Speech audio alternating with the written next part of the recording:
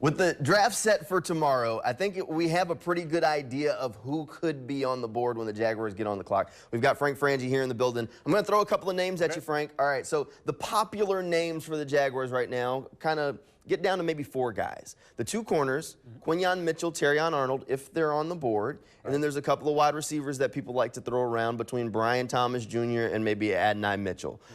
Those are probably the four most mocked players to the Jaguars. Out of those four, who would be the perfect fit in your mind? I think you hit it. Those are the four people are talking about right now, knowing no more than we know. I think Terrion Arnold, even more than Mitchell, although a lot of people have Mitchell ahead of him.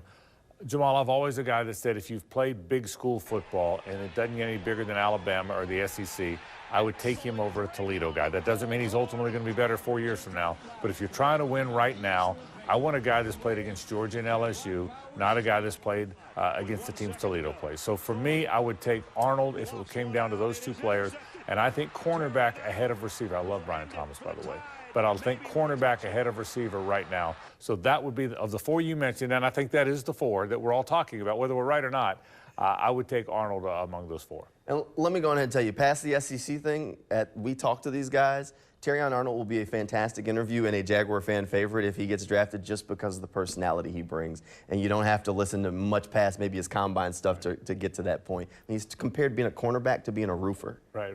Which is phenomenal. It's just fantastic. So, all right. So, past maybe the top guys, there are still some dark horse guys that could be on the board that maybe are tough to pass up. Let me throw a couple of names at you, maybe one by one. How about a couple of offensive linemen, Troy Fatano or Talisa Fuaga, who are considered a couple of the top guys in this year's class? What if they're on the board? I love both guys. I don't think the Jags take them at 17. I think the Jags like where they are at tackle. Cam Robinson, Anton Harrison, Walker Little is a swing guy. I think the Jags probably feel better about those three players than maybe some of the fan base, maybe some in the media do. I think they like where they are. I think at some point in the draft, they're going to draft offensive tackle. Those two guys you mentioned will be gone, I think, by the time they draft an offensive tackle. So I think they're going to get some depth on the offensive front, but I'd be very surprised. I know a lot of people are talking about it, but I'd be very surprised. Remember, 17, you want him to be a starter.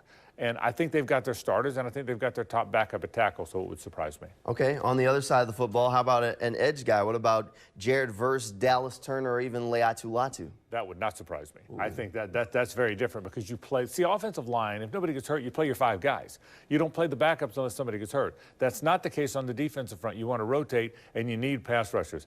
I'm telling you, if Jared Verse is there, if it's me, man, I'm going to have a hard time passing him up. I think he's a great edge rusher. And again, I like what they're going to do with this 4-3 with Josh Allen and Trayvon Walker. I'm not sure I'm comfortable with the other exterior pass rushers that are on the roster right now. So one more has to matter or will matter. Oh, boy, if Jared Verse is there, I'd be very excited about that. I like Dallas Turner. I probably am not quite as high on him as some others are. I think he's a good player, not a great player.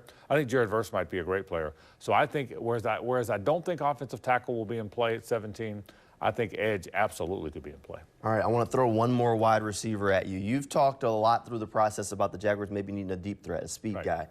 What if Xavier Worthy's sitting there on the board and that speed's just too much to pass up? I like that more than a big physical possession guy. I think a guy like Keon Coleman's a really good player, but I think they already, you and I have had this talk, I think they've already drafted that or already acquired that in Gabe Davis, so you're getting another guy like that. Worthy stretches the field.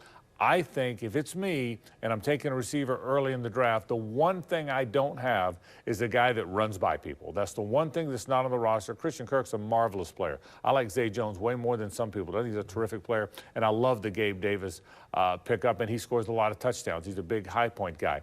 But I don't know that they've got a guy that runs by people, Jamal, so I love that pick. All right, we'll see how it all comes together. The draft is set for tomorrow. We will have plenty of draft coverage coming your way starting right here on Channel 4 tomorrow at 7 o'clock with our News for Jags draft special. Hopefully we'll see you then. That'll do it for sports.